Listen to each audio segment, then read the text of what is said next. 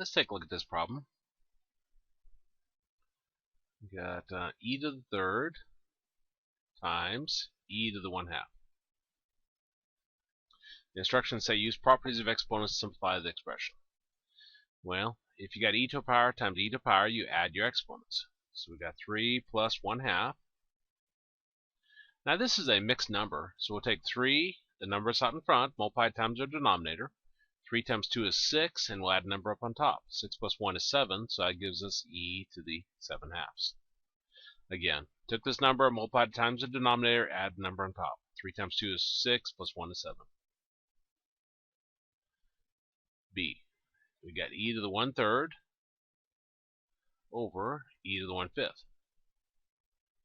It makes it a little bit easier, these, if you got e to a power over e to a power, if they have the same denominators in the exponent. Well, my common denominator of 3 and 5 would be 15, so I'm going to rewrite each fraction with 15 as the denominator.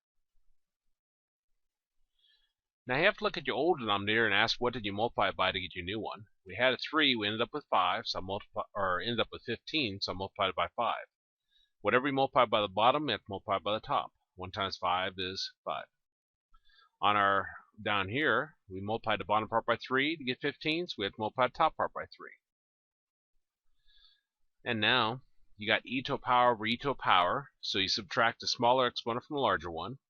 5/15 minus 3/15 gives us 2/15, and we'll have e to the 2/15 where our larger exponent was, which was up on top. And then we put a placeholder of 1 down below, which then just drops away at the next step. So we got e to the 2/15 as our answer. Okay. E to the 2/5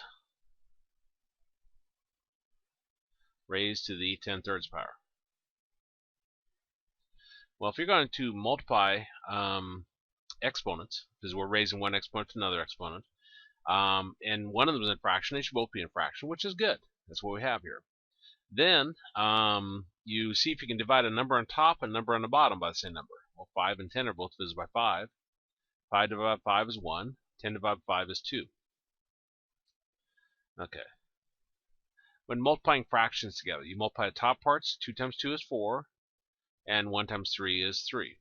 If you've done a good job of simplifying, you don't have to do any simplifying at this point, and e to the 4/3 is your answer. Let's see, we got e to the 1/4 times e to the 5th. Now we got e to a power times e to the power again, so we're going to add our exponents. So we got e to the 1/4 plus 5.